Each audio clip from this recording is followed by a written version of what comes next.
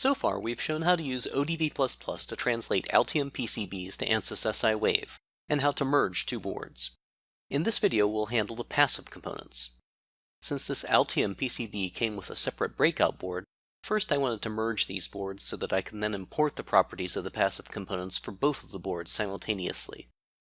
We'll also import the main board to HFSS 3D Layout and SpaceClaim. When you import an ODB++ directory from Altium to SIwave, the RLC components are assigned a set of default values that may not match the ones in the original design. This is because Altium does not export RLC values into the ODB++ directory. This means when importing an Altium design to ANSYS SIwave, you'll need a different mechanism for assigning the passive component values. There are many ways to do this. I'll show you the best method. In SIwave, reveal all the workspace windows.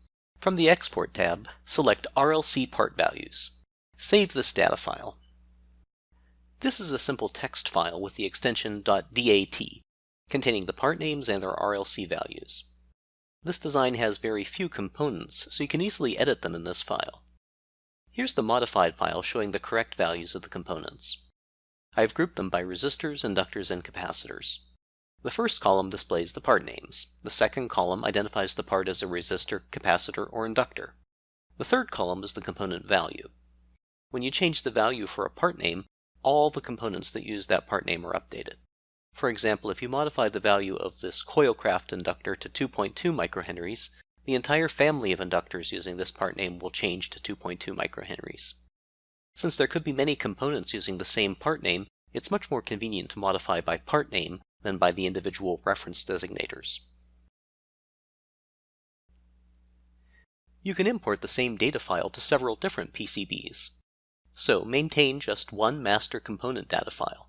As needed, add part names and assign the correct values in the same document. When you import this data file into any PCB, SIwave will read in the properties of only the parts that exist in that printed circuit board.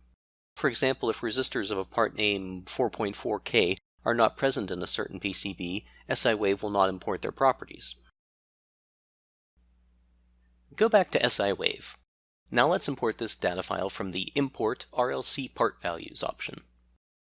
You'll see that all the inductors of the coilcraft family are now changed to 2.2 microhenries, as displayed here. The same is true for L304, and also for other members of this family. Inductors under the BLM part name are 1 nanohenry, as defined in the data file.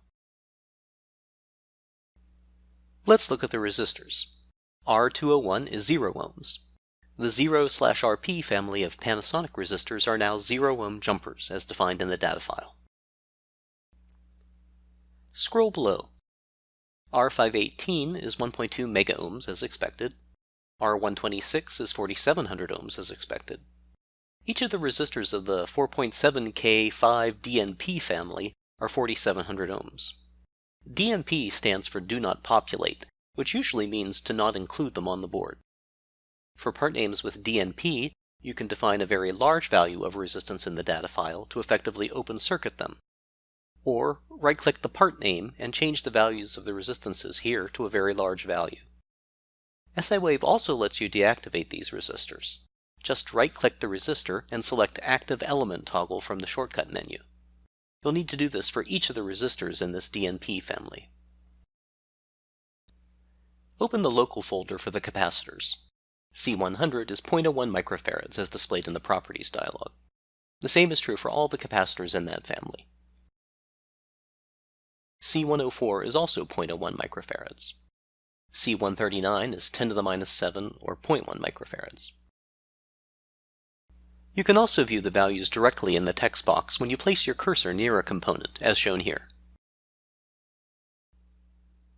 Now we'll translate the main board to HFSS 3D Layout. Open Electronics Desktop. Starting from the File menu, import the ODB++ directory as shown. In addition to the physical layers, HFSS 3D Layout explicitly provides the option of importing the non-stack-up layers, such as the solder mask, solder paste, and the silkscreen.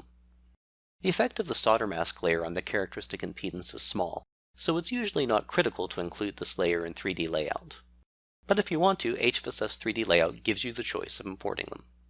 Net names with spaces in Altium are replaced with an underscore sign. You can just accept the default and click OK.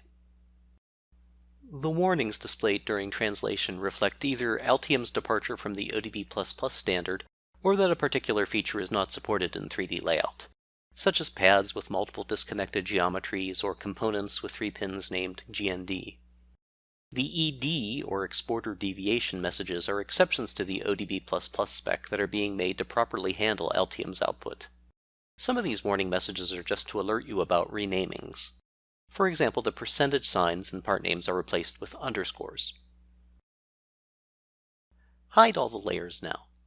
Select some of the non-stack-up layers and the outline. Non-physical layers have no elevation and are not rendered in the 3D view once you rotate out of the top-down view. Go to View Reset Orientation to snap it back to the top-down view. Make all the layers visible. Open the Edit Layers window. All stack-up layers came in with the correct material properties and thicknesses. Select all layers to display them. We see that the Altium PCB has been accurately translated. Close this window. To bring in the properties of the passive components, right-click Circuit Elements and import Component Mapping File. Select the same corrected data file we edited before. The values of the resistors, inductors, and capacitors are assigned the values configured in the data file.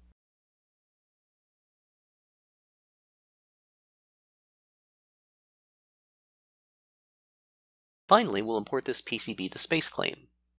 Use an archiving software like 7-zip to generate a tarred, gzipped archive of the ODB++ directory. Simply drag and drop this tgz file into SpaceClaim to open it. As you can see, all the layers came in correctly. This concludes Part 11. Watch Part 12 for more info on ODB++.